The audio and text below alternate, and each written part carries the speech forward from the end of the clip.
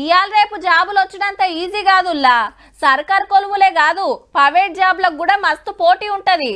అందరినీ తట్టుకొని ముంగటికి పోవాలంటే వాళ్ళకంటే మనకు 4 ముచ్చట్లు ఎక్కువ తెలిసి ఉండాలి, ఎక్కువ పంతనం చూపియాలి. ఒక్క రోజులో అయ్యేది కాదు, ఏమంటే నేర్చుకునేది కాదు. అందుకే సపరేట్గా సెంటర్లు పెట్టి జాబ్ల కోసం ట్రైనింగ్ ఇస్తుంటారు. ఇగో గిట్లా మంచిర్యాల జిల్లా మందమరిలో సింగరేణి స్కిల్ డెవలప్మెంట్ సెంటర్ చాలు చేసిండు చెన్నూరు ఎమ్మెల్యే వివేక్ సారు. సింగరేణిలో పనిచేసే కార్మికుల పిల్లలకి ఇక్కడ ట్రైనింగ్ ఇస్తారట.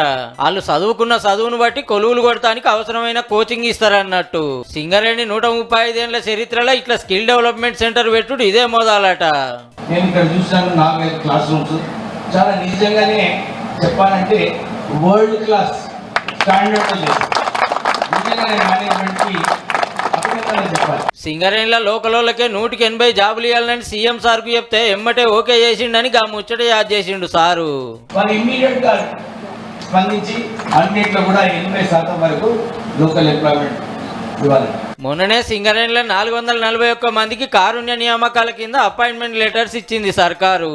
ఇప్పుడు కార్మికుల పిల్లల కోసం స్కిల్ డెవలప్మెంట్ సెంటర్ తెరుచుడు మస్తు ఫాయిదా అవుతుందని సంబరపడుతున్నారు అంతా.